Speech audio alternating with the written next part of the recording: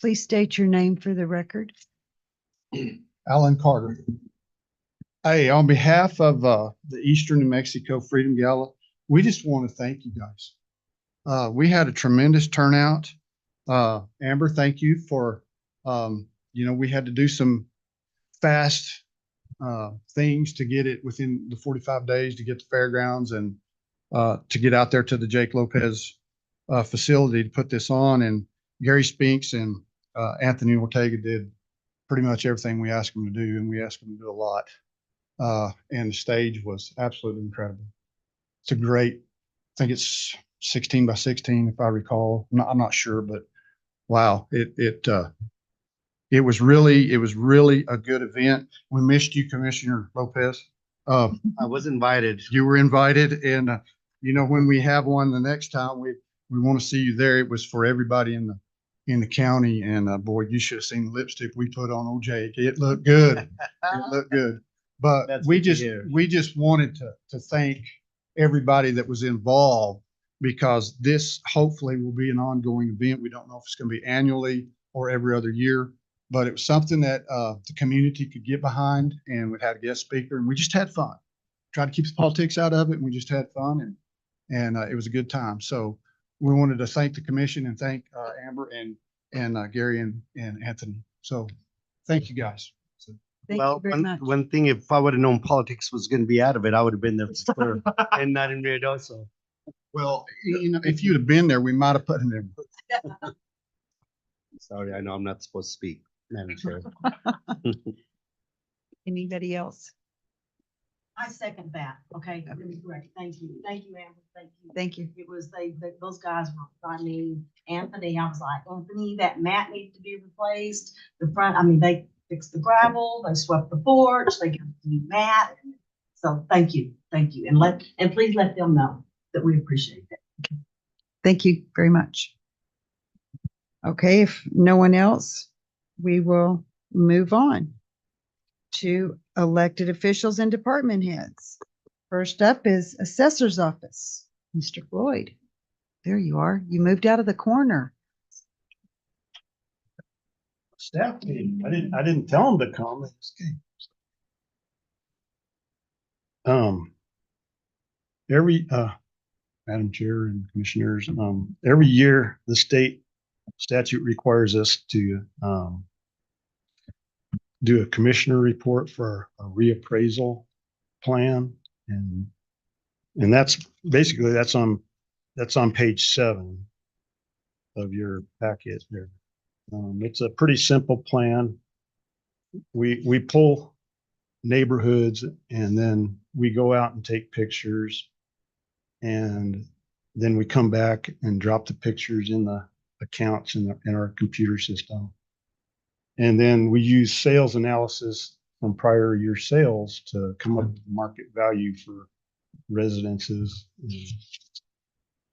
And that's what we do. And these appraisers are the backbone of that plan. There wouldn't be anything getting done unless they did it. So I'm really proud of them. They're really good. On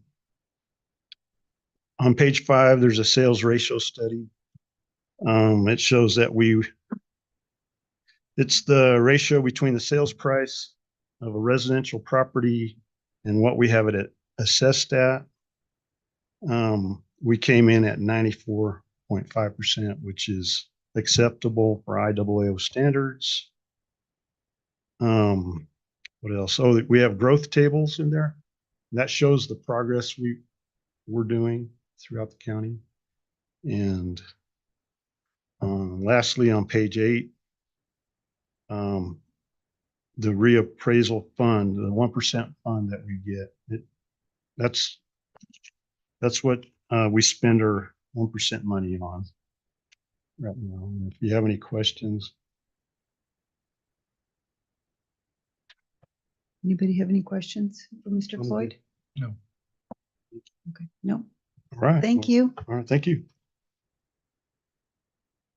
Okay, moving on to Treasurer's Office, Ms. Sanchez.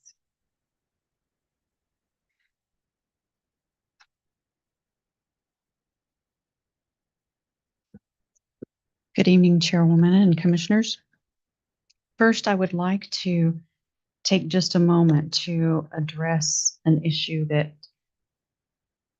we were made aware of this evening. The Tax and Rev issued a statement that there is a fraudulent letter being sent to taxpayers, kind of a scare tactic, and letting them know that their property taxes are delinquent and that there is a possible seizure of the property. It leaves a phone number in which to call. I just want to warn our taxpayers, do not call that number. If you have questions about your property, you can look up your account online at www.rooseveltcounty.com, and you can go to pay taxes, and you can look up your account there to see if you are delinquent. You can also call our office at 575-356-4081, and we'll be happy to look at your account and go over that with you. The state delinquent property tax was in our county last week, this week, and they are red tagging those accounts that are actually in jeopardy, that are actually delinquent. So there's been a red tag attached to the property that looks very different than an actual letter that came to you. So if there is any question, please give us a call before you call the number listed on the mailed paper that you get. This one just happened to go to Valencia County. The one, excuse me, the one that one of our residents brought in, it did not state that it was Roosevelt County. It looked more like a federal type of seizure. So I'm thinking that there may be two different scans going on at the same time. So please be on heightened alert and always call if there's a question, and maybe not call the number on the paper, call the phone number in the phone book. Or is that old in the phone book? I think I'm dating myself. On the let's see, I guess it would be Google, maybe Google our county. So just be heightened aware that is a that is going on, and we want to protect our residents and their property. Just for information purposes, Lyle, it's not inclusive of someone who does escrow, right? That gets it taken out of their mortgage payment. You know how like my properties, it gets taken out every time they're due through our escrow. We're not threatened, right? Individuals. You should not be, no. If for some reason your mortgage company has not been sending your escrow payments, which that's a rarity, but it could happen, you're going to get a notice from my office well in advance of the state coming in and Okay. and processing it for sale. Yeah, because I saw that notice. I think Amber sent it to us earlier. Oh, yeah, And probably so. That's dangerous because a lot of people are vulnerable, especially our elderly folks here in Roosevelt County, and it's serious. It's very scary. So I want to let everyone know that we're definitely here, and you do have the option of looking at your account online and seeing if there's any owed taxes. And now we'll just move on and we'll talk about the cash balances for your general fund. This is for February. Your general fund beginning cash was $4,625,898.53. You had debits of $936,637.36, and you had credits of $1,186,971.18. That left your ending February cash at $4,375,564.71. Does anyone have questions over any of the cash balances that I discussed there or in the monthly cash report? Y'all have any questions? No. That's it. Any questions over the fraudulent letter? Did I cover that enough? I think you understand and, okay, very good. Thank you for your time. Thank you very much. Yes, sir. Sheriff knows. I didn't look to see. Did you send that to him? It went to the entire agenda list, so there's Okay. about 80 or 90 that are on it. The media received it. It went throughout. Perfect. Yes. Yes. So I didn't happen to look to see who all was included, but okay. Thank you. Okay, moving on. Mandy, I noticed you're not on the agenda. Did you have something? I was not, because I forgot to be asked on there, but I included 4 things. First, we are at the end of our retention period for our 2020 primary ballots and election materials. So at some point in the next 3 months, we will destroy those. Tabulator certification began this morning at 9 a.m. We will continue to certify those tabulators from now until we are done with all 17. And early voting starts May 7th and election day is June 4th. That's it. We got your letters. We got a letter? We did. Your letters that you sent us. Oh, yeah, yeah. Those actually come from the Secretary of State's office, but they look like they come from our office. But Oh. we proofread them to make sure that that information was accurate. So your places and everything are accurate. Dates, times, locations are all good on that letter that went out recently. You probably need to come in and visit with you about the roads. My kids, I got letters at my house from my kids. Been gone and voting in Texas. Yep. Until they're actually removed, you have to return their letter to us so that we can flag them to remove them. Oh, okay. I'll bring them back. Thank you. Mhm, Anybody have anything else? Thank you, Mandy. mhm. Okay, moving on. Miss Hamilton. Yes, good evening, Madam Chair, Commissioners. So just a few things to highlight. One of the discussion topics at the last meeting was with Commissioner Criswell wanting to do part of South Roosevelt Road 11 and then redirecting the rest to the next road down on the list, which would be 28, which is coming out of Kenna. And just to give you an estimate, so that section of 11 is estimated at about 16.5. 28 would be about 56,000 a mile. We have about 24,000 is what it would be left over with the grant. So there would be a need for the commission to fund the additional difference to be able to do that part of the road and then relocate down there to 28. So if that's something y'all would like to do, then we will include that in our next budget adjustment so that we can finish that section out. It takes a lot more to travel that many miles and haul. So the trucking is really the big difference there. And y'all had asked for a quote. And that's in the LGRF 24 projects. With that was already scheduled on that 11 right there. Can we go ahead and do that 1/4 mile? That's the estimate. That's Yeah. about 16.5 to do that section. And just go and then And then y'all will need to fund about 32,000-ish to do the 1 mile, because it does absolutely no good to go down and do half a mile Right. on that road coming out of Kenna. We need to do the first mile. but we can go ahead since they're hauling. Are they still hauling cleats on 11 east They're- of 206? They're finishing up the hauling and actually putting in, laying it and everything. So yes, And then can they just go ahead and just go across? once they're done with that Yeah. one section. Yes, sir. That was the plan, if that's what it's Is that all right? the roads that are on the list, but we would need to bring it forward because it will need to be county funded for the remainder of that road to make that mile whole. Thank you.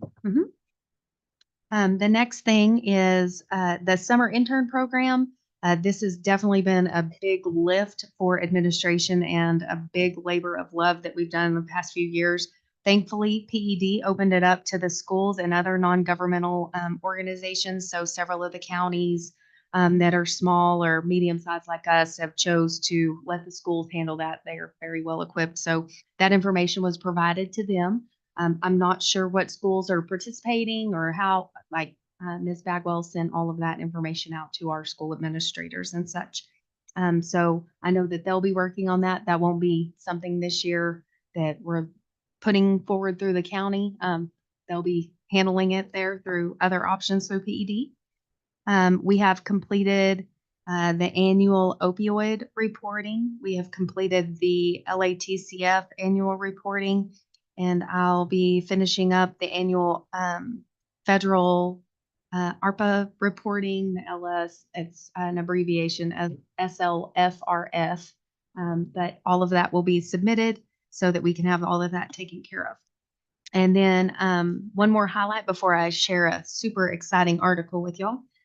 Was that we did attend a meeting today for the Armed Forces Committee. Both Commissioner Greider and Commissioner Lopez attended with me, and we were able to hear a presentation on some grant funding specific. There is an OLDCC grant opportunity to where we could study resiliency. It's for a planning grant for the Kennet Air Force Base, and several of their key leadership, including Colonel Bergen, were there so that we could hear what their needs were and what we needed to study. This would help us get everything in order so that when other federal grants came due or available, we could all come together. And all 4 local government agencies were there, elected officials and members from each of the 4. And so it's really going to be a great opportunity to see how we can continue to move forward with under that umbrella of the Armed Services Committee and everything. So those are those. And then I wanted to share with y'all just a report that came out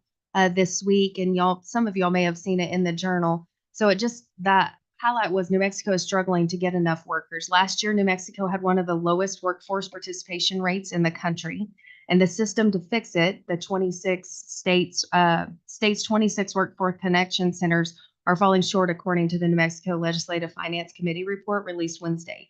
Individuals who use the WCCs in New Mexico do not have better employment outcomes than those who do not. And I just wanted to share a few of the highlights and just some of the things that they picked up on. The need out there is great. The state needs about 40,000 more people between the ages of 20 and 54 to start looking for work to meet national averages, the report says. Since the 1970s, New Mexico has lagged behind the rest of the country in workforce participation, and that gap has only increased in recent years. The state spent $322 million on workforce development and training across state agencies. Despite this considerable investment, there are 206 able-bodied prime working age people in New Mexico who are not formally employed. The current system is not effectively reaching the state's disengaged population, the report said. As of January, the state had an unemployment rate of 4%, but that belies a struggle to get people facing employment barriers into the workforce, the report said, and the many jobless New Mexicans who are not currently looking for work. The state's relatively low unemployment rate seems to indicate a tight labor market, but does not capture the full picture, one where many New Mexicans are persistently disengaged from the labor force and face significant systematic barriers to reentry, the report read. Nationwide, the number of workforce connection centers has dropped significantly since 2007, Hernandez said. But in New Mexico, uniquely, that number has increased despite several centers being identified as underutilized. 10 of the 26 centers averaged 5 clients per day in the first half of fiscal year 2024. So as we struggle to fill some of our opening entry-level positions and everything, this is something we see across the board throughout the state. We've all known that we really have a hard time. We have a large percentage of our population that is disengaged in wanting to participate in the workforce. So I just wanted to share that with y'all. I know y'all love uplifting articles like that. So I found it intriguing. It's real. Yes. That's all I can say. It's real. That's what I do for a living. I'm a job developer for people with disabilities and I see it firsthand for many years. So Other than that, I would stand for any questions. Y'all have anything? Mrs. Hamilton, in your report, on your recap report, yeah, you said it on the 16th, you one visit Roosevelt Road 8 to look at the issues with Roosevelt Road 8. I wondered what you find out. What did you observe? And On Roosevelt Road 8, we have a resolution that we've started preparing in draft form to bring at the May 7th meeting to reduce what is recommended for the speed limit. As you had requested several months ago, we had a study completed by the Department of Transportation, and then we did an assessment in terms of the condition of the road and the current status. He's also talked to the first responders and such, so we will have that resolution ready for the next meeting. I didn't know exactly what the issues were, because there are a lot of issues on Roosevelt. But thank you. Yes, it was in regards to the speed limit reduction you had requested. Do you have anything else? Hmm. Was that it? That's it. Okay. Commissioner Lopez? yes, just real quick, I was a proxy on behalf of Madam Chair, Commissioner Dixon for the Eastern Plains Council of Government. I consulted with her, or she contacted me to see how everything went. There was a wealth of information that was provided by that board. And after talking to Commissioner Dixon, I came up with an idea, or we came up with the idea that I would really like for the commissioners to give some feedback input before those board meetings so that we could actually directly address the issues that we have in Roosevelt County. Because I felt like if a lot of the agenda items were focusing on City of Clovis, Curry County, and really in the base, and I really didn't feel like if we were, like I told Commissioner Dixon, I don't want to be judgmental or anything or presume, but I think that we could really utilize that board to a lot more higher potential. So I would recommend, and if you want to add anything, Commissioner Dixon, to what I just said. Yeah, we were just talking about, because they bring up different projects that they completed and different things that they've done. And I know that we complete projects all the time. I don't know, you may be able to help me, Ms. Weems or Ms. Hamilton, how much we actually utilize the COG when we get grants or when we do any of our projects. Do we use them a lot, or do we tend to do that ourselves? We handle our grants in-house. If we need data or we need to pull studies, or if they have something in that way, but we actually have a full-time with Ms. Weems doing special projects. We do the majority of it in-house. Okay. Okay, because there's a wealth of information, like I stated, Vince is always sending stuff out where we have grant opportunities and this and that. And I love the fact that we do it in-house, but maybe if we can just tap in and just get more involved as a county and as board of commissioners, that would be my recommendation, but it's only me speaking. But the next thing, I know you've sent some information on this, but since there's a sunset on the fairgrounds projects that we're working on, how's that going? We on I know the timeline is end of June on that first phase. Is it going pretty smooth? Weather's been pretty decent. Yes, so the projects are moving forward, and since I think our last meeting, the recreational grant, the DFA folks have said, hey, we have got our deadlines extended. We still have the pavilion for the horse stalls out with the substantial completion being done by the end of June so that we can have it ready for the rest. And then the pavilion right now is for the ADA renovations is actually posted, and that RFP is open for interested bidders. We're advertising those projects both locally and in the Albuquerque Journal, trying to get enough vendor interest, contractor interest on those. And that one is substantial completion by the end of June, first week of July, before the fairs. So we have some We do have some breathing room now, according to the Department of Finance Administration on those, because those are tied to their Federal Care Act dollars. And so they're at the same time frame as we are in terms of December of 2026. So they did finally get that through. Okay, thank you. And Yes, sir. secondly, how's the plumbing going at the Jake Lopez Community Center? That's been an ongoing issue for a few years now. Is that That was completed a few months ago. Yes, sir. it was completed a few months ago? Mhm. Where was Yes, I sir. at?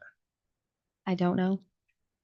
My gosh, that's great news. I was there just a month ago and it wasn't, well, it doesn't matter. Good. Lastly, members of the commission and Madam Chair, I know that we did a JPA with the city on RR6 industrial on meeting RRU. And I've driven it and it seems in pretty good shape. What's the status with the negotiations with the industrial park upper management or owners to chip in into that, try and fix that part of it from 70 to that first four-way stop? Have we worked on that at all? Have you guys been, I mean, I'm sure you guys have been through there. When you go to RE from Highway 70, it's pretty messed up. And I know it was annexed into the city, so is the city fully responsible for that?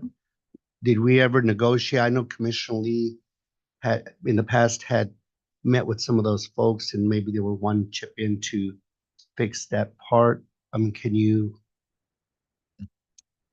Yes, I would be happy to.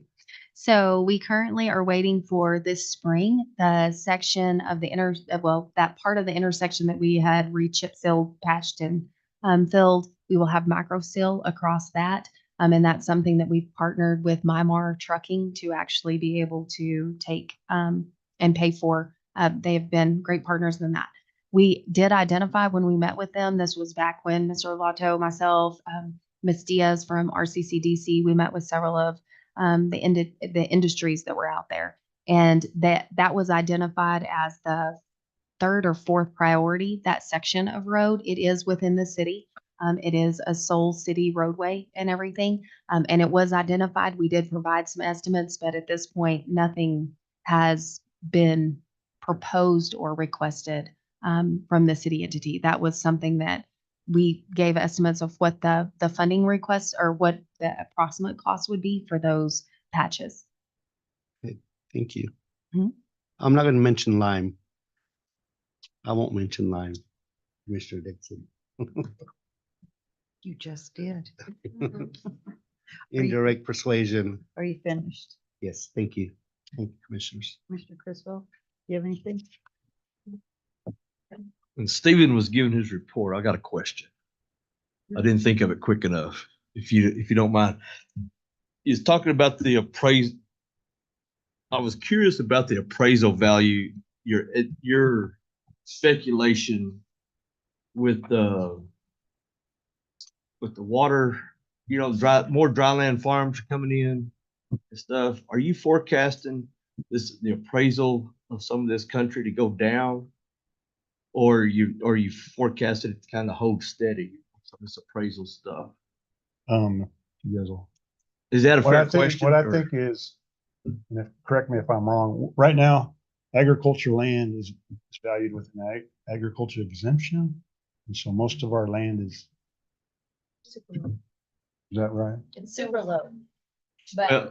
Well, I understand far out, whatever, but there's a lot of agriculture right here within a 5-mile radius of this courthouse. And I was just curious, is that country, is that kind of going down in appraisal, or is It seems, well, it's kind of staying steady up, staying steady? All honesty, unless those farmers come in and say, hey, I'm not irrigating anymore, it's dry land now, we don't know, we don't change it. Okay. They have to report it to us. in the smaller acreage, we don't get land sales because it's non-residential. We're not required to get land or non-residential sales. Not. But Okay. by state statute, we're supposed to get the residential sales. But not the land sales. Not the Okay, land. that's kind of the question I had. That you said that right there about the land sales and the residential. That's all right. people will give us the land sales, it would help us do a better job to be able to value that more correctly. Okay. All right. Thank you. That's all I have. That's all. Yeah, this little squirrel okay. Get you this stop. Okay. Okay, so I would like to bring up that there has been some talk about Roosevelt County and the water issue at the city of Portales or Roosevelt County Water Co-op. So I know all of us know that's not an issue, but I would like to make it clear again to the public that Roosevelt County government is not over Roosevelt County Water Co-op.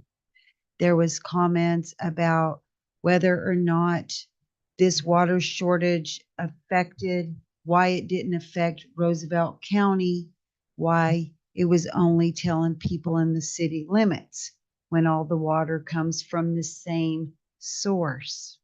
Okay.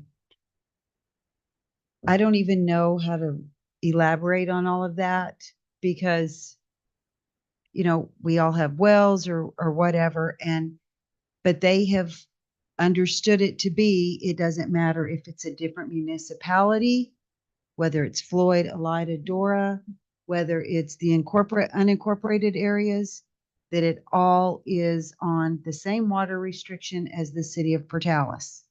And it has been questioned over and over and a big argument about it, that is within the city limits of Portales if you are on city water through the municipality of Portales. It does not have anything to do with Roosevelt County, unincorporated areas, or any other municipality. That is strictly the city of Portales. So I just wanted to get that out there. Ms. Hamilton, did you have something? You looked as perplexed as I did when I. Well, I want to add. There's been phone calls on it too. and Yeah, I want to add something just most recently, like 2 days ago, I was approached and said, what are you doing with our water? Yes, that's what I'm talking about. You're our county commissioner, like what's going on? And I have to explain to him exactly verbatim what you just said. Yes, So, and this is individuals that should know It the is. difference. I actually got, it was not our local media. I want to throw that out there. It was not the local media, but I did get a phone call from other areas. Their media called wanting to know why the commission wasn't doing anything about the water issue. I had to explain to them that it was government. Well, that's not the information I got. And so anyway, I don't understand why people think that it's Roosevelt County government. I guess it's because it's Roosevelt County Water Co-op is where they're getting the information, but that I just want it to be known that is a separate entity than Roosevelt County government. So I just wanted to throw that out there. I think that's all I have. I'd like to add that I just want to give a big shout out to the city for last night for signing the intergovernmental agreement. I'm glad it's over with. We put it behind us and let's step forward now. I'm glad. Thank you. And tell them I said thank you. I'm sorry I wasn't there. I totally spaced that y'all moved your meeting to Monday from Tuesday and it threw me off. And about the time I realized it, y'all were starting. So I just watched it online. So yes, thank you so much. Thank you. And thank you, because I mean, we all work together, you know, for putting this out there several times. So I think it's a step forward. I think so too. Go ahead. One more little thing, this is Hampton. One of my constituents calling on Roosevelt Road for about half a mile north of the intersection of the Arch Highway. O runs into the first curve. There's some little potholes open. It's like within the first half a mile after you leave the Arch Highway going north. And then if you're coming west off of O, and as you go onto the Arch Highway, there are some pretty big holes that could use some attention there. if you hit them, they probably knock your pickup out. So just, and I told him that I would I figured I'd say one. But I'm telling you, thank you. We'll get them on the list. Anyone else? Moving on. New business. Item 6A, discussion of New Mexico County Insurance Authority Capital Adequacy Assessment. Ms. Hamilton. Yes. Good evening again. And I do have the pleasure of serving on this New Mexico County Insurance Authority Board of Directors. So this is something that we've spent several months having to really discuss following a very high-level commissioned PricewaterhouseCoopers study. Included in your packet was the letter that we received talking about what the capital adequacy policy is. That was also included in your packet. So basically, this goes back to just the situation. So with New Mexico counties and with Roosevelt County specifically, of course, we are self-insured, and we're all aware that we have our pool, and it's all about ensuring that we keep that pool healthy because all of us that participate, all 33 counties in some aspect participate in the pool. Some only select workman's comp. Some have everything. Like for us, we have property, work comp, and law enforcement liability and such. So part of the policy on capital adequacy, as you saw in your packet, just states that we identified a minimum level of capital adequacy as a 1 in 20 year capital event. We want to make sure that we have a net position approximately at the $31 million level. Again, we have all of the counties in New Mexico at some level involved. And there was a graph that was included in there to show where we were trying to stay in the middle at the healthy rate. So the letter that we received highlights, of course, all the things that New Mexico County Insurance Authority provides, and that they did a summary with the PricewaterhouseCoopers study, identifying those. And then it went on to highlight what our total assessment would be based on our exposure with NMCIA. So the total for Roosevelt County is $245,307. This is in addition to our annual contributions that we saw, and we've discussed that property went up 100% with the hail claims that we've had in the last 2 out of 3 years. There's been significant impacts in our insurance market, and it is a very tight market in New Mexico in general. As we know, we have a plethora of plaintiffs' attorneys that are bringing forward these things, and there is a lot of it's just difficult. We cannot find people that want to provide that reinsurance for our law enforcement specifically. They're leaving New Mexico, those coverages. And after the hailstorm and the horrible event in Curry County, I know a lot of homeowners have even seen it in their homeowner insurance and such. So it's the insurance industry across the board has been impacted. And we want to ensure that we have a healthy net position in the pool board and what we're needing to raise. So this has been allocated for 3 years. What I wanted to present to the commission, of course, is so that you're aware, it's $245,307 again for the entirety. We did not want to dump this on anyone. I felt strongly with the budget coming, we wanted to give everybody enough time. But it's also an advantageous part for counties to consider, because if we do have perhaps some increase, like right now, our construction is running a little bit higher, and we all know those are one-time GRTs that are coming in. Depending on how our cash levels are looking, my recommendation ideally is going to be, let's use some of our cash reserves and pay all 245 this year so that we don't have to roll that liability for the next 3 years. But I wanted y'all aware of it, gives you more time to think about it. We've talked about this, that the assessment was coming after our January full membership meeting. So again, just want y'all to understand why we're doing this, how we're trying to ensure that the pool stays healthy. Every county got an assessment, is participating. As board members, we've all offered to discuss with them, go present, talk to their governing bodies, whatever we needed to do as well.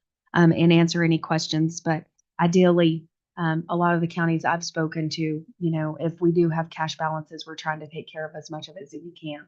And if it's something where it's a situation of paying half now and later, we just don't have to stretch it out. So our first payment won't technically be due until fiscal year 25. But if that's something we can remedy in 24 and again, not carry that liability forward, we have it addressed.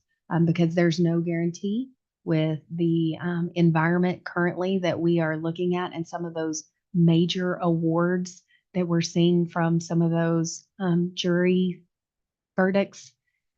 It's scary right now with where we're at. So we're just having to monitor this and it stays very fluid, very liquid. So I feel like I'm giving y'all so many good topics tonight. I'm sorry. These are heavy, I know, but this is not new information for you. I'm happy to answer any questions if you want to think about it. These are all things, again, that we'll be working on as we go through. And as we present the budget, we're monitoring cash at the end. If we do have room in our cash, again, with the increase that we're seeing in some of our GRTs, specifically those one-time, then we will bring it to y'all to consider having that payment taken care of this fiscal year so that we are done. Do y'all have any questions on this? Did everything make sense in your packet? Okay. Thank you. So we don't really actually need to do anything on it. No, ma'am, it's no action. I just wanted to present on it and really ensure that y'all have the information and could take some time to chew on it. Thank you. Madam Chair. Ms. Hamilton, I know, I'm with you on this one.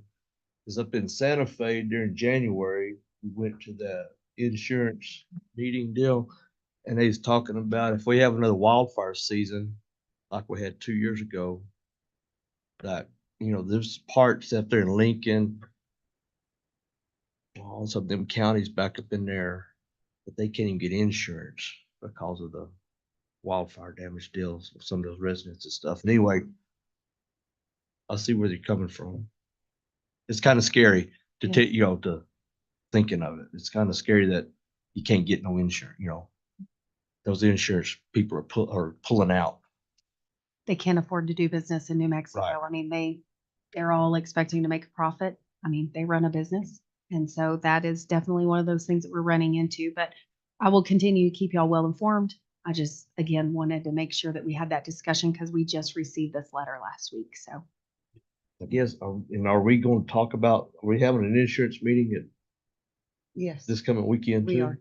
That's what I'm Yes. saying. and that may be what Commission they're retreat, discussing with yes. you. It would make sense Yes. that they are talking about these letters since they just went out. Yes, that is what they're. Y'all are one of the- ahead of the game. And- Y'all are gonna be ready. And I would like the record to reflect that when we refer to the meeting, insurance meeting, some of the topics, we will be attending a commissioners affiliate meeting in Ruidoso, New Mexico this weekend.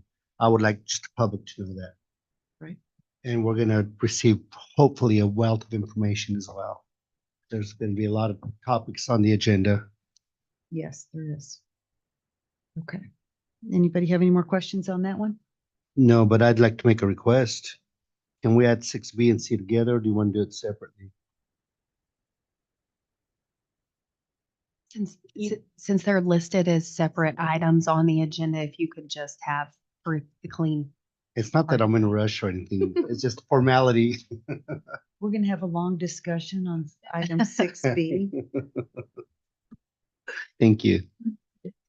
Item 6B, request for approval of FY 24 Fire Protection Fund application for the Archvine Volunteer Fire District. Ms. Weems.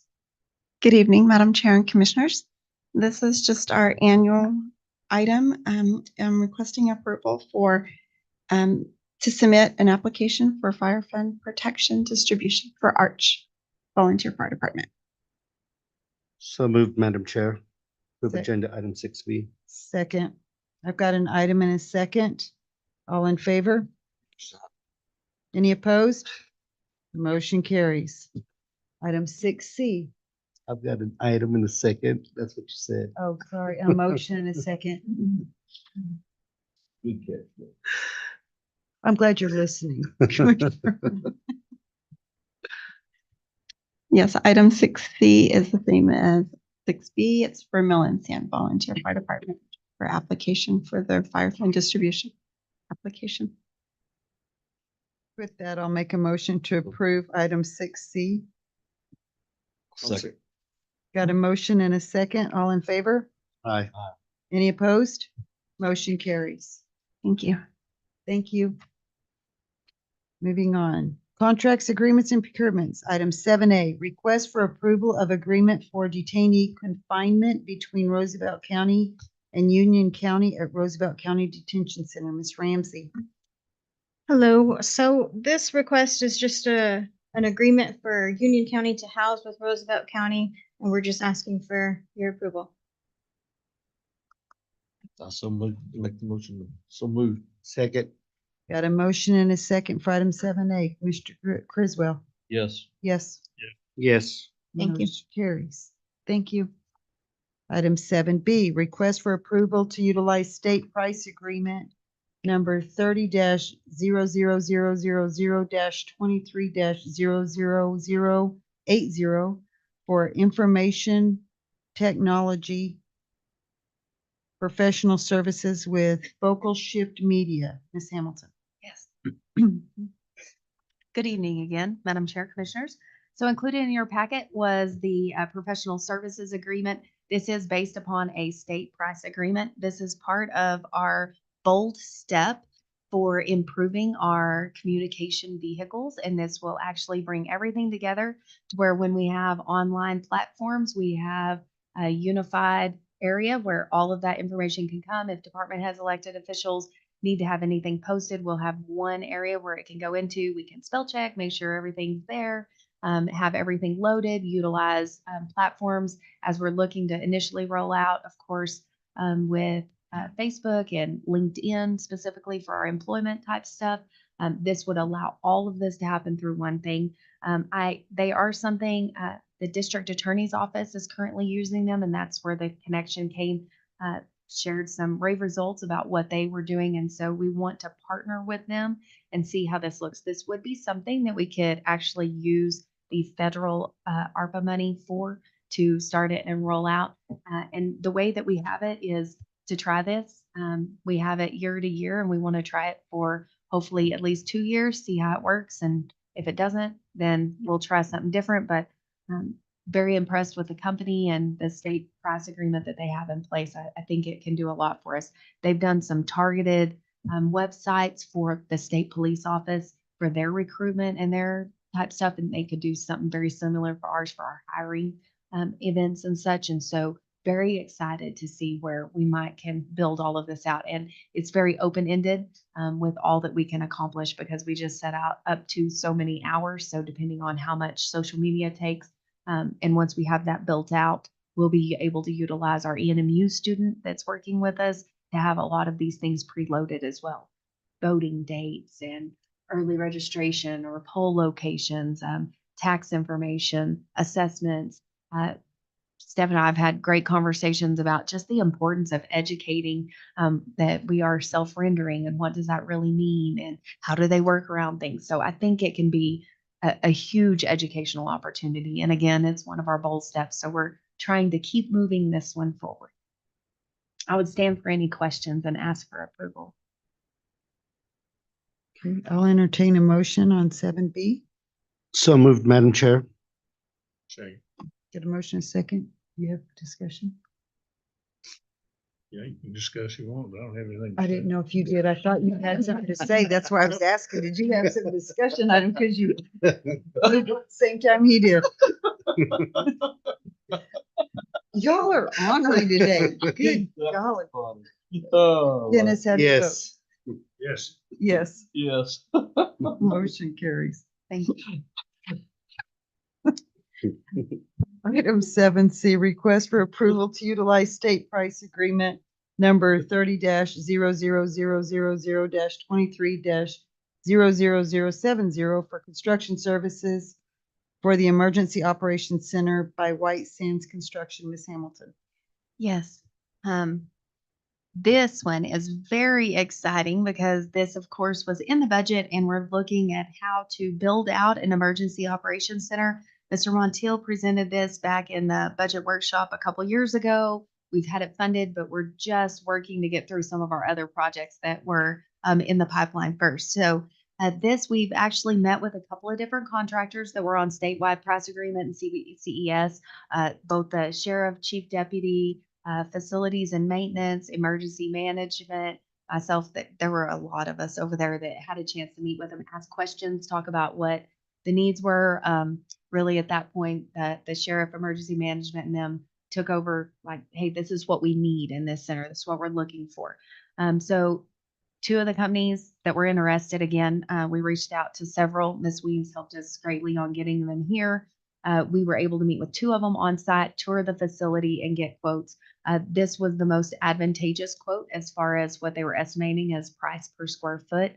This is more of a design build option in terms of we have state contracts, so they will go out and they will have the architecture engineer stuff to where they can design it and be able to lay out what everything looks like in the remodel. And then they're estimating that it will be, I think they were saying about 180 days is what they think they can have this taken care of. So we're very excited. We want to move forward and get them under contract so that we can start with the design concepts.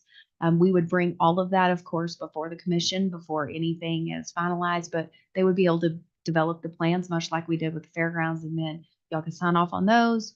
Then we can go out for bid and I'll have an EOC before long. So this is again out of the federal funds for the ARPA. So this is one of the last big projects that we will have out of those federal funds. Nice. So this is just first phase. And then we'll go out The to. only phase, Well, hopefully. hold at on. this So point, you said right?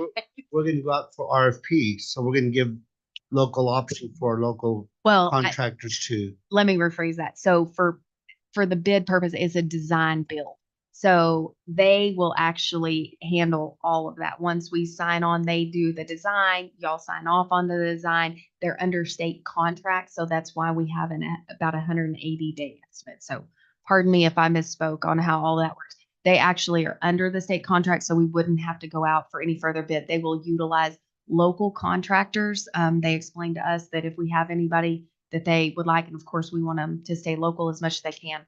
But like this building, we've already replaced the HVAC, we've already replaced the windows, the doors. A lot of it is just inside, moving walls, rearranging, renovating the kitchen area, making sure that it works for law enforcement. Because when it's emergency operation, yes, we have those emergencies that we are going to be responding to, but those are few and far between compared to maybe the major cases that they work on and some of those larger crimes that they're going to be able to utilize it so that we can make the most use out of that space. It'll be multifunctional for both entities. And that's why they've all been involved and are laying out what they need and how they need it and how we can make it work for everyone as best we can since it's existing. And it's not gonna interfere with the food pantry, right? Because the food pantry is there.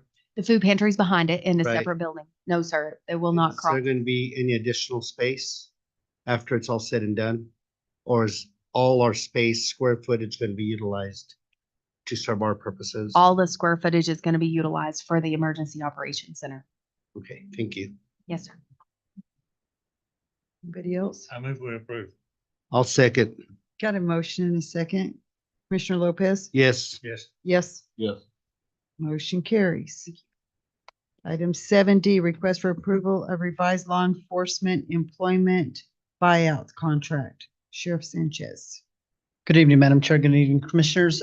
So last year I brought to you a contract buyout form to buy out contracts from other entities. Shortly after we had that one approved, we ended up utilizing that contract and did buy one out. And that gentleman is right up at his year now. So it's been useful for recruitment. But the downside on it is it's hard to buy out a contract now at $15,000. So the contract pretty much remains the same. The only thing that we're asking is that we bump it up to 20,000 so we can try to keep utilizing that as a recruitment tool. So I'll stand for any questions if anybody has it. So the public can know, can you kind of just elaborate just briefly as to what you mean by buyout contract? And because we're working on retention, especially with law enforcement. Can you just explain real quick what that does as an incentive to potential individuals to work under your department? Yeah, so what that basically does is whenever somebody gets hired at an agency, a lot of times they have to sign a contract, which will tie them to a certain dollar amount. And it can range anywhere between like $15,000 to $30,000. Most of the agencies will have it prorated over the years, and it'll start going down. So some of the agencies, they'll do a 3-year, a 5-year contract, whatever it might be. And the longer they work for that agency, the less that they have to pay to get out of that agency. So basically what it does for us is it allows us to buy out whatever they have left.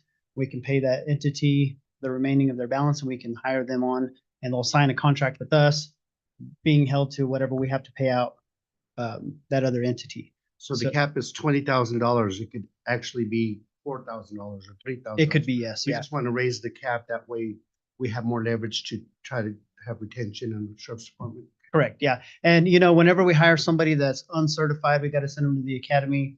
We lose them for 16 weeks. We're paying fuel going back and forth to the academy, paying the cost of the academy, all the medical that has to go along with it. They have to do hearing tests, vision tests, psychological evaluations, the little bit of training that they have to have before they go to the academy. So that all costs, and it's honestly still cheaper by the time you're paying salaries and everything, benefits. It's still cheaper to buy out a contract than it would be to send somebody to the academy. Well, this is a major competitive market, and I say to keep up with the Joneses, I move to approve agenda item 7D as presented by our sheriff. Second. Okay, I would like to have some discussion on that still. So I understand what you're saying, and I know that we need retention and things, but I know that like our smaller communities, so if they get an officer and they send him through all of the school and they pay for him to go and everything, and they get him on like a contract for whatever, so that he'll stay in one of our smaller communities. But then, because I know like Elida, we've run into it before, once you send them to the academy and get them all trained and stuff, and then they end up leaving one of those smaller communities, that's really hard when,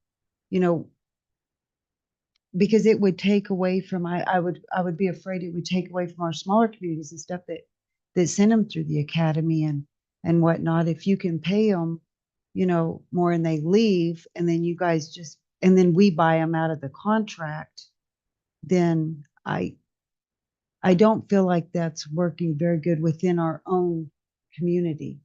I mean, it wouldn't, within Roosevelt County. And I think that we need to think about Roosevelt County as a whole. I agree, but the incorporated areas in Roosevelt County, including Floyd, Elida, and Door, if I'm not mistaken, those 3 entities, they don't have law enforcement right now. So I think we need to come up with a remedy with either the sheriff's department and or the state police to be able to patrol those areas, because as we all know, that's a statewide major issue. Retention in small municipalities like that. Look how long it's taken for Elida to keep someone.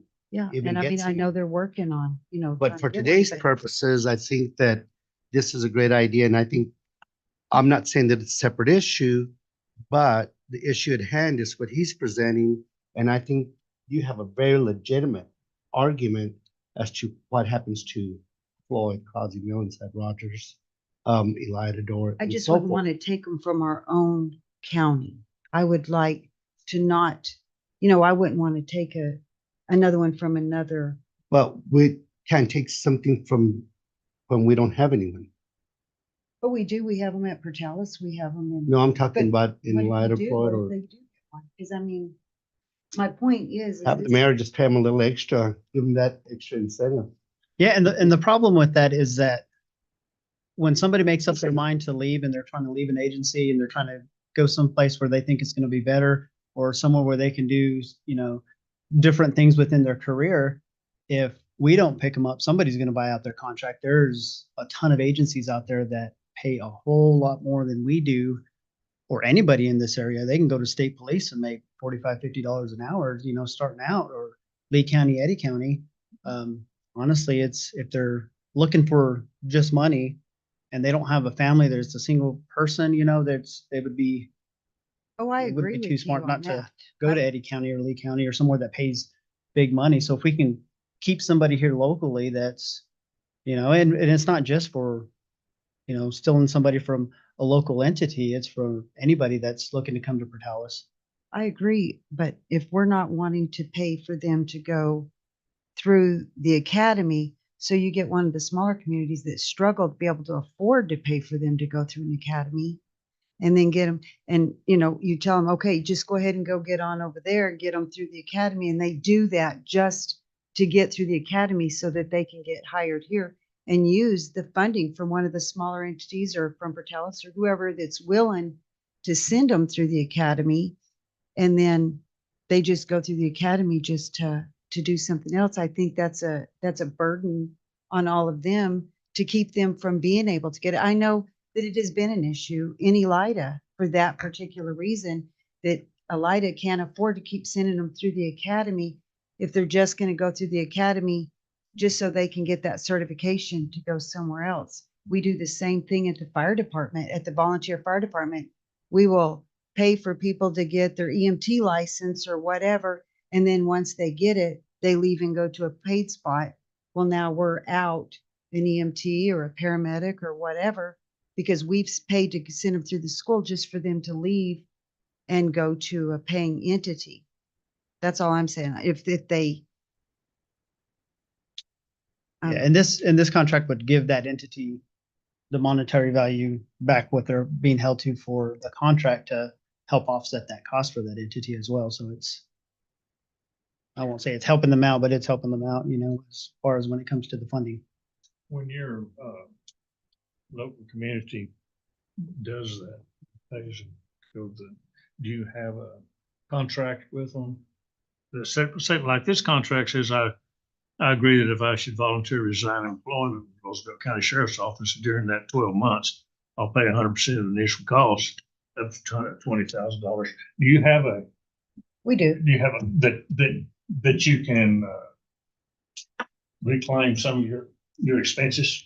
You can, but you get your expenses back, but you lose your employee. So what you're saying? You can do that, but in all reality, it would cost you more to take them to court to get that money back than the $20,000 that you're going to recoup from that. It would cost you as much, if not more, to take them to court to get that money back from them. Madam Chair, I respect your argument because it's so legitimate, but the sad reality is that not only New Mexico is faced with this issue, but the whole nation is. And like I said, once again, I think this is an issue that we should take up on a separate note. And with that, my motion still stands to approve Sheriff Sanchez's request. But I do respect wholeheartedly, and I agree with you. And wholeheartedly. I agree with what he's saying. At the same time, how can you take it up on a separate note when it's all the same? All I said was that if it doesn't take away from another entity within Roosevelt County, I just feel like that when we do that, we're trying to all work together for the betterment of the entire county. And I think when we do things that take away from one of the other entities, I don't think that's helping mitigate a bridge or whatever between us and another entity. But I don't think that's going to create conflict. I mean, data and research will prove that your argument will justify your argument, this and that. But the fact of the matter is what's happening is happening. And it's sometimes out of our control completely. So with this incentive program, I mean, it's difficult to retain. Retention with law enforcement, which I pray for law enforcement every day and first responders because I wouldn't be able to do that job. But I understand your rebuttal. I understand wholeheartedly, Commissioner Dixon. But once again, for today's purposes, my motion still stands. And I agree with everything except for taking them away from within our county. Well, we don't know that they're going to be taking them away.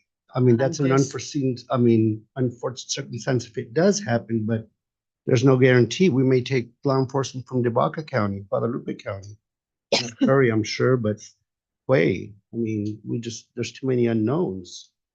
But like I said, once again, for today's purposes, I'd like to stand by my motion. And I can tell you from experience, I mean, we've had deputies go to the PD, to Eastern, they've came over to us, and it's just, I mean, it's constant in law enforcement, everybody wanting to move and change and see what else there is out there and what they can do. And I don't like this agency, so I'm gonna go see what they have to offer. And this agency doesn't have promotion growth, so I'm gonna go over there. Things like that. So it's very difficult in a small community with a small agency to have that level of promotion where people want to move up in life. They want to do things and they want to do good things. And we do. We lose a lot of people to other agencies, big agencies where they can go and they can get on different teams, SWAT teams, K9, dive teams, different things. So, and they do. And good on them. If they want to leave to better themselves, I'll never fault anybody for that.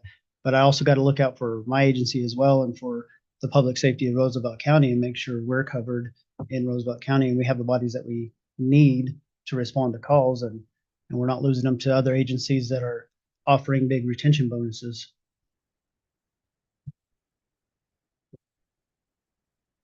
Madam Chair. Javier, is our officers or your officers, are they in a contract to where if Lee County or whoever wants to buy them out, they have to buy them out No, we don't have from any. us? Yeah, we don't have any contracts on anybody right now, minus maybe one, but I think his has already expired. The one that we bought last year, if it hasn't expired, it's about to expire. Okay. But pretty much everybody that we have right now is not on contract. So we only put people on a contract that we buy out their That we buy out contract. their contract. Yes, ma'am. All right.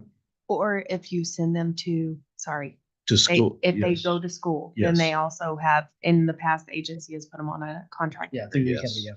I Those are the two. understood that. I understood that. Okay, so if you buy one out buy out a contract from another entity, it's not like a big, so if their contract is they have to stay 2 years afterwards, up to, what if their contract says, we'll send you to the school, but you stay for 2 years in a light or whatever.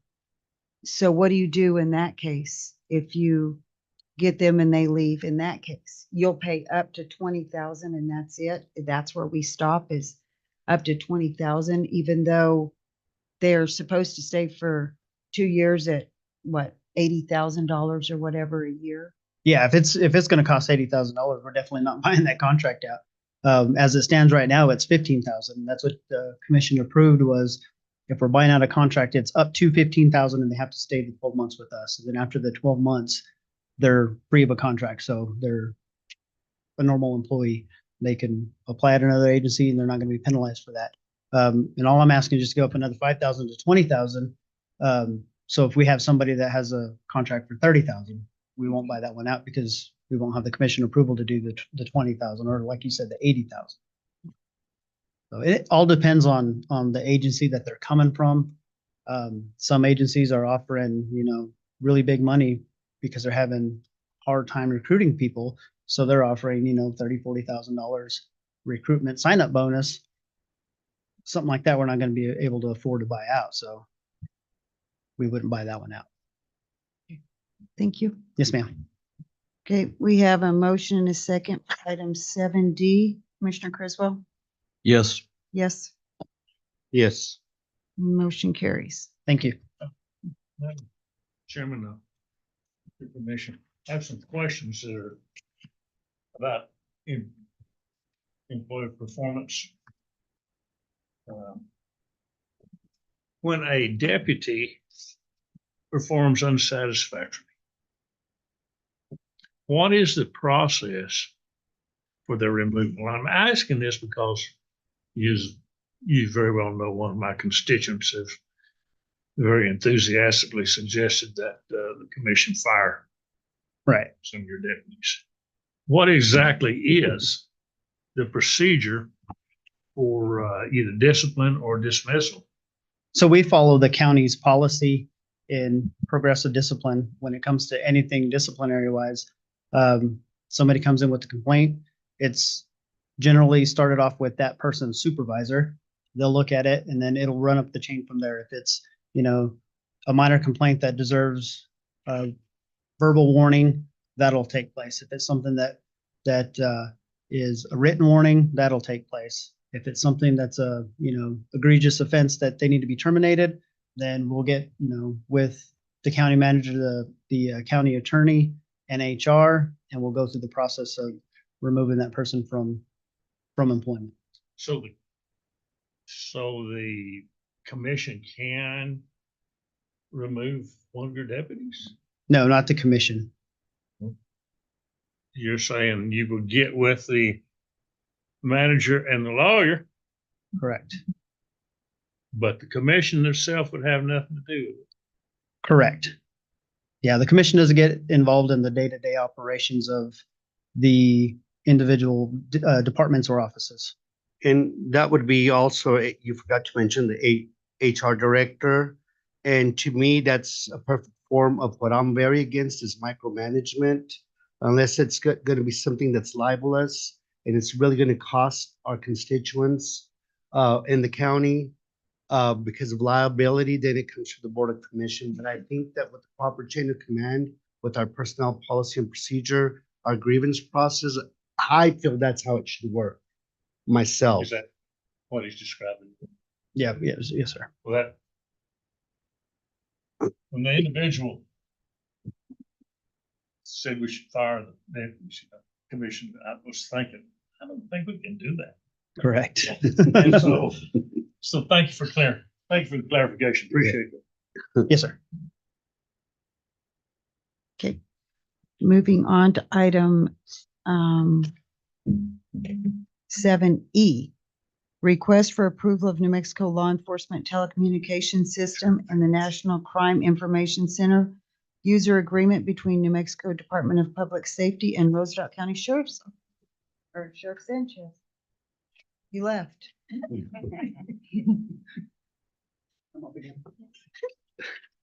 Said you wanted to pass the ball. Did you want Dennis to wants to leave, go home. That Bobby? was fast. I'm hungry. Okay, so the next one is it's an MOU with DPS, and it's basically all we're trying to do is we're trying to get NCIC in our units. That way the guys can run DL returns, license plates, things like that, make sure people don't have wants and warrants, things like that. So that's all this is, and we're just trying to get into agreement with them so that we can have access to NCIC in the units. So the majority of our units right now will have tablets. We have some of them that are hopefully going to be out at the end of May from the shop, and they'll all have tablets in them where they can access that stuff. Right now they have access to tracks, which they can write citations on there and it'll print it out right there in their vehicle. They can do their crash reports. They can write criminal complaints, statement of probable causes right there in the unit without having to go back to the office. So this would just add to that so we can have NCIC in our vehicles. Is that something we use through dispatch now? Do they do that for us? Yeah, now? dispatch runs pretty much everything for us right now. This would give them access to do it in their vehicles. And it wouldn't be 100% of the time. There's going to be situations where they can't run it in their vehicle because they have somebody that's, trying to fight them or whatever, and they're still going to utilize dispatch.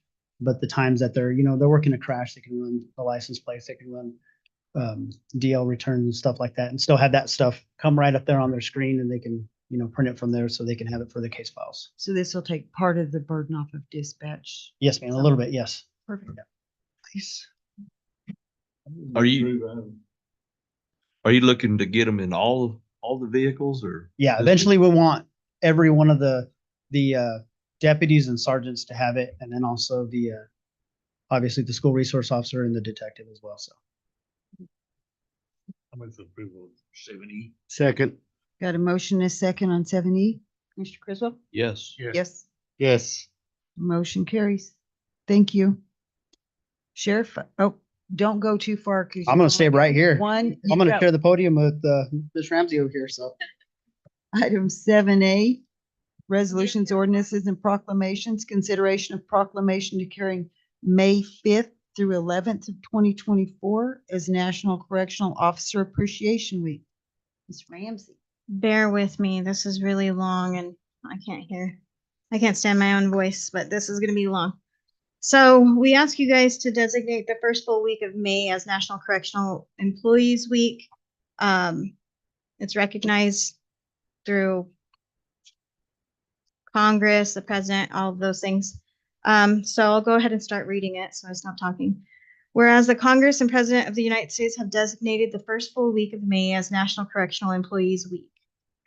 Whereas correctional officers, are also known as detention officers, are dedicated to safeguarding residents in Roosevelt County and ensuring public safety on a daily basis. All of the men and women who serve put their lives on the line and perform difficult tasks that can be dangerous as well as frustrating. Whereas the 32 members of the Roosevelt County Detention Center play an essential role in the criminal justice system. Whereas a contribution they make the American law enforcement, while not highly visible, are substantial. These men and women are responsible for ensuring the custody, control, and safety of detainees held in detention, directly supervising the incarceration, rehabilitation of criminal offenders. Detention center personnel are an essential part of our nation's criminal justice system. Detention officers strive to maintain a safe working and living environment inside the facility, often in the face of significant challenges and dangers. And our community recognizes the important work and sacrifices that correctional and detention officers make each day to protect the citizens of Roosevelt County. Whereas the general public should fully appreciate detention personnel capable of handling of the physical and emotional demands made upon them daily. The profession requires careful and constant vigilance, and the threat of violence is always present. At the same time, these dedicated employees try to improve the living conditions of those who are being confined. Whereas the men and women of Roosevelt County Detention Center unceasingly provide a vital public service, working long shifts and put their lives on the line daily. This team has remained committed to excellence after earning and achieving reaccreditation by the New Mexico Association of Counties Adult Detention Professional Standards. Now, therefore, it is resolved by the Roosevelt County Board of Commissioners. They call upon all the citizens of Roosevelt County and upon all patriotic, civic, and educational organizations to observe the first full week of May as National Correctional Employees Week in honor of those correctional employees, whom we believe clearly deserve our recognition, our respect, our appreciation for ensuring our detention facility and functions are operated safely and humanely. Do I have to read that last part? The Board of Commissioners further upon all citizens Roosevelt County to observe the first full week of May as National Correctional Employees Week in honor of those correctional officers who, through their courageous deeds, have made the ultimate sacrifice in service to the community, or have become disabled in the performance of duty. Those who continue to serve in this challenging and difficult profession in public safety. That was long. Sorry. Good job. Thanks. So moved, Madam Chair, to approve agenda item 8A. I'll second. So in addition to that, I wanted to finish up. We sent out an invitation. I asked Amber to forward it out to everybody and also to those who work for the county. We're not going to do it the same as we've done it for the last few years. We have different days for different things, but we're inviting the commissioners and people or employees of Roosevelt County, maybe come and sit down with our officers, come meet our staff, maybe sit through arraignments, maybe come and sit in master control, see what these guys are doing day to day, get to know our staff, learn their names. We have a lot of people in there. We also have medical. It's their week as well. It's also law enforcement's week. So we have different things going on all week. So we invite you guys any day of the week for the first full week of May. So what you're saying is the traditional barbecue is null and void? it's null and void. But you guys, we also want to invite you guys, if you want to donate something to how many people we have in there. We have constant eating and constant, Gatorades eating. I mean, it's constant all the time. So we invite you guys, if you want to drop something off, Gatorades, protein bars, Red Bull, anything like that. The officers would love it. So, but we do invite you guys, come and work a shift if you want. Just let us know. Yes. This proclamation, is this henceforth and forevermore, or do we have to do this every year? I believe it's an every year thing. I mean, will we have to approve this again next year? Yes. You will get to approve it next year. We love to bring attention to our awesome employees and the different areas that they do. So it is an annual thing. Yes, sir. Am I gonna have to prove it next year? Shayla, you should have recorded it this year and then you could have just played back the recording for us. I should. There I you should. go. It's super long. Especially that last paragraph. Yeah. I know it's hard. I asked Amber, do I have to read the whole thing? But We had a motion and a second, correct? Yes. Okay. Commissioner Lopez. Yes. Yes. Yes, Yes. motion carries. thank you. Thank you. You want to read this one, Tate? No. Consideration of proclamation recognizing May 9th to the 18th of 2024 as National Police Week and National Peace Officer Memorial Day, May 15th, 2024. Sheriff Sanchez. Well, I think y'all all read it in your packet, and I guess we could just forego the reading of it because this one's long too. No, thank you, Ms. Hamilton, for writing this proclamation for us. And I tried to get her to read it for me, but she wouldn't do it. So I guess I'll go ahead and try to read. Proclamation National Police Week, May 15th through the 21st, 2024. National Peace Officers Memorial Day, May 15th, 2024. Whereas in 1962, President Kennedy proclaimed May 15th as National Peace Officers Memorial Day and the calendar week in which May 15th falls as National Police Week. And whereas National Police Week is a collaborative effort of many organizations dedicated to honoring America's law enforcement community and give special recognition to those law enforcement officers who have lost their lives in the line of duty for the safety and protection of others. And whereas law enforcement officers strive to maintain a safe environment for all, often while facing significant challenges and dangers. And our community recognizes the important work and sacrifices officers make each day to protect the citizens of Roosevelt County. And whereas the Roosevelt County Sheriff's Office is comprised of 10 deputies, 1 school resource deputy, 2 sergeants, a chief deputy, and sheriff, 3 transport officers, and 1 executive secretary. And whereas there are more than 900,000 law enforcement officers serving in communities across the United States, including the dedicated members of the Roosevelt County Sheriff's Office. And whereas it is important for all citizens to know and understand the duties, responsibilities, hazards, and sacrifices of their law enforcement agency, and that members of our Roosevelt County Sheriff's Office recognize their duty to serve the people by safeguarding life and property, by protecting against violence and disorder, and by protecting the innocent against deception and the weak against oppression. And whereas nearly 60,000 assaults against law enforcement officers are reported each year, resulting in approximately 18,000 injuries a year.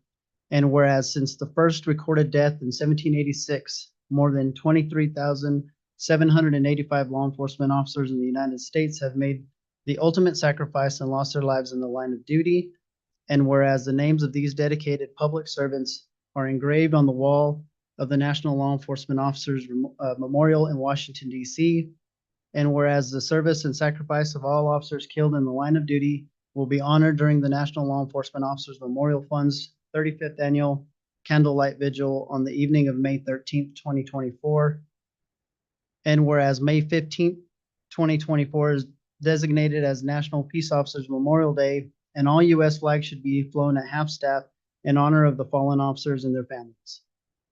And now therefore be it resolved that the Board of Roosevelt County Commissioners will observe May 15th through the 21st, 2024 as National Police Week in Roosevelt County and encourage all citizens to join in honoring and recognizing our law enforcement officers.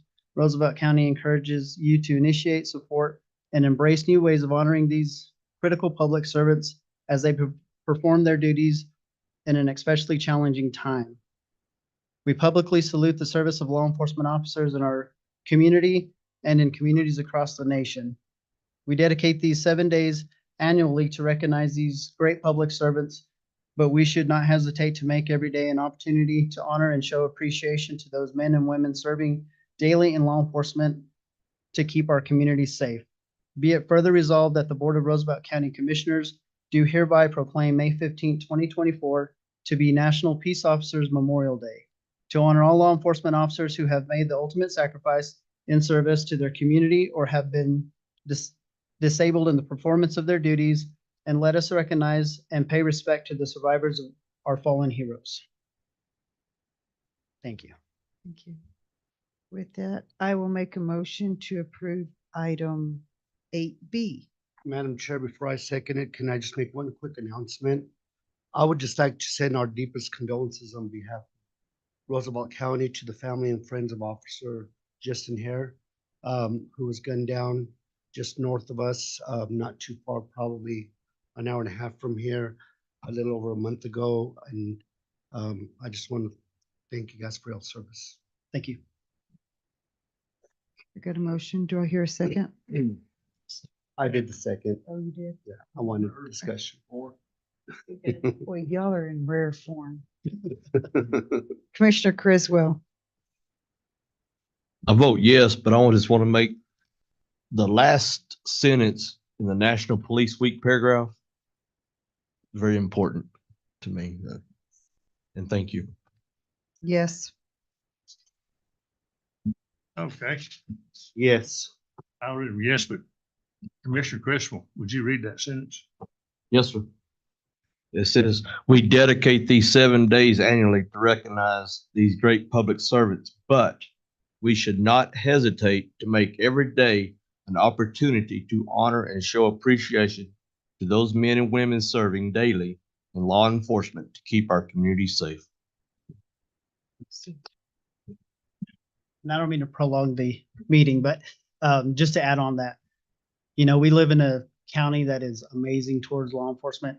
I'm in a class now that I'm an attendee of different agencies throughout the state, and just some of the horror stories that they tell us about, kind of their communities and what they have to go through on a daily basis is kind of crazy. But here in Roosevelt County, I mean, we don't go anywhere where people are coming out to thank us and try to pay for our meals at lunches and stuff like that. There's countless times that we go to eat at, a restaurant here locally, and somebody has already picked up the bill and they will not tell us who it was because they don't want to feel that we owe them anything. So we live in a great community. I just wanted to add that. Thank you. Thank you very much. Thank you. Sheriff. And the same to the Portales Police Department too. Goes for all of them. Yes, thank you very, very much. Okay, item 8C, consideration of proclamation recognizing May 4th, 2024 as Firefighters Day and May 19th through 25th, 2024 as Emergency Medical Services Week. Ms. Hamilton. Yes, so this is another proclamation. We have 2 volunteers that are under the fiscal agency of the county, but obviously there's 7 through 4, 5, 6, 7. Yes. Okay.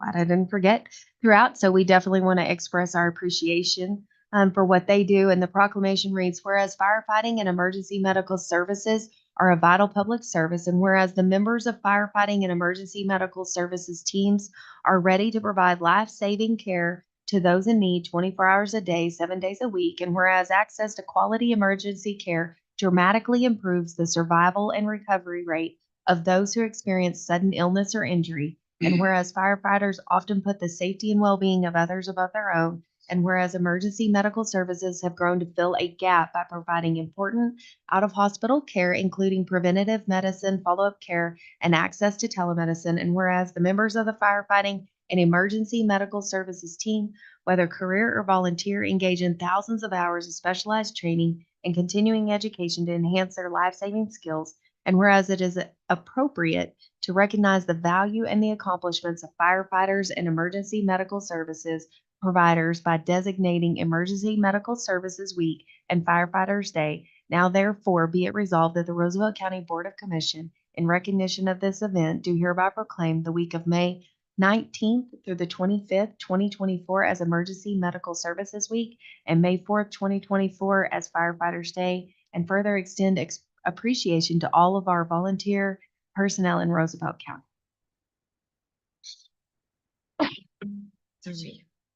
I move for the adoption of 8C. I'll Second. I got a motion, a second. Commissioner Lopez. Yes. Yes. Yes. Motion carries. Thank you. And I'd just like to add, thank you to those people. We got to have them, city and countywide. Thank you. I agree, Commissioner Criswell. Okay, item 8. My turn? Consideration of proclamation declaring May as Motorcycle Awareness Month, Chief Deputy Brian Holmes. Yes, ma'am. So I believe County Manager wrote out some poetry on this proclamation, but before I get to it, I just want to talk to you guys a little bit because as you've already come to realize, I'm the coolest person you know. And at least 11% of the reason for that is because I've been riding motorcycles since I was 8. The only thing I know more than law enforcement is being on 2 wheels in the middle of nowhere across our country. I've ridden from the Gulf of Mexico to the border of Canada. I've ridden from the top of Pikes Peak to below sea level at the Salton Sea.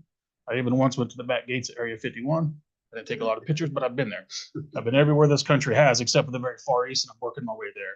And when me and my buddies do that, and all the motorcycle people I meet on the road, they're the ones who come through our communities and they stop at the mom and pop store if they can. They stop at the mom and pop hotels if they can. And you'll see them coming through. Aspen Cache and Ruidoso is coming up in about 3 weeks. You're going to start seeing them come through there. And I'm going to be driving by and I'll be looking at them. So, right, no, we're working. In fact, I'm going on a motorcycle trip in about 3 weeks. And one of the guys that's supposed to go with me is a motorcycle cop in Clovis. He just got in a crash 2 hours ago because somebody pulled out in front of him and he had to lay his bike over to not crash into them. Minor injuries, enough that I'll make fun of him about for the next couple of years, I'm sure. But that's somebody we know, and that's somebody I've known for 30 years. And it was just somebody who just didn't see him, which generally means they didn't look, is usually how that means with motorcycles. I don't mean that to be snarky, but motorcycles don't gain as much attention unless they're super loud. And sometimes that doesn't really work. In all my travels, I've had people cut me off, and I've come closer to tragedy than I'll never even. Sheriff Sanchez doesn't let me use profanity in here, so that limits my vocabulary by about 2/3. But I've said some words in my helmets when people cut me off and been terrified. But I get back on the bike and I keep going because I love going to those little places. I love going through our little communities. And I've seen all these places that I never would have seen if I wasn't. And there's a whole world of us out there. And the National Highway Traffic Safety Administration has declared May, the month of May, a motorcycle awareness month. I'm asking that Roosevelt County does the same thing. It doesn't cost us anything, but they come through our community and it's just us showing support for the people who still get out there and they go visit our community. They get on bikes and they ride to places just to go. Legitimately, me and my friends have ridden 200 miles to eat lunch somewhere and come.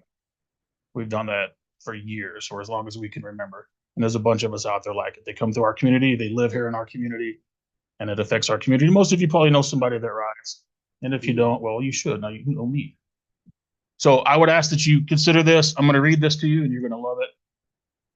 Motorcycles are used as a regular means of transportation for commuting, touring, and recreation in and around Roosevelt, New Mexico. That's true. I can tell you for sure that happens. Roosevelt scenic roadways make motorcycling a very popular destination for riders from around the country. It's true. Sometimes after work, I go out and ride our back roads. I'll go through Elida. I'll go through Dora. You guys might see me out there. Wave at me. I'm probably seeing it in my helmet, so I might not wave back. The safe operation of motorcycle requires the use of required skills developed through a combination of training and experience, the use of good judgment, and thorough knowledge of traffic laws and licensing requirements. And it's imperative that the residents of Roosevelt be aware, show consideration, and share the road with motorcycles on the streets, highways, and recognize the importance of motorcycle safety. And as I said before, National Highway Traffic Safety Administration has long since declared May to be Motorcycle Safety Awareness Month. We would like to carry that on here. On behalf of Roosevelt County, would like to proclaim the month of May 2024 be Motorcycle Awareness Month. And before I blow your minds a little bit more, let me prepare you for just a couple things that you may not know. The chance of a fatality on a motorcycle are 30 times higher than a car. 30 times, not twice, 30 times higher. Motorcycle accidents have an 80% injury or death rate, while cars have 20%. People who ride motorcycles over 40, me, are 20 times more likely to be injured in the case of an accident than someone of the same age who's in a car. Even though motorcycles are only about 3% of the registered vehicles, they make about 5% of the crash fatalities. And when you think about the numbers on that, that's extreme. Intersections, 70% of motorcycle accidents occur through an intersection. You're coming to an intersection, someone doesn't see you, they don't look enough. 70% happen there, which is probably part of what happened in Clovis earlier. I don't have all the details, but that's probably what happened. In New Mexico in 2021, 51 motorcyclists died in our state in 1 year. And that's the people that have passed away. When you think about the advancements in medical treatment and how fast you can be terribly injured and still survive, think of 51 people passing away in our state. So Currently, New Mexico is the 14th deadliest state in the US for motorcycle fatality crashes. So if you would consider making Motorcycle Safety Awareness Month for Roosevelt County, I would appreciate it. Madam, Yes. before I make the motion, I'd just like to say thank you. I'm a parent of one that had a wreck and 5 surgeries later, finally got him all right 2 years later. And like I say, so I'll make the motion to resolution 8D. I'll second. Got a motion a second? Commissioner Lopez? Yes. Yes. Yes. Thank you very much for that passionate. She said I couldn't freestyle rap. So that was- Thank you very much. Thank you. So did we have any media communication? No, the media is watching, and I think they will be reaching out to Ms. Sanchez, possibly on that fraud story and everything. So I said she would be a great source. Thank you. Okay. All right. With that,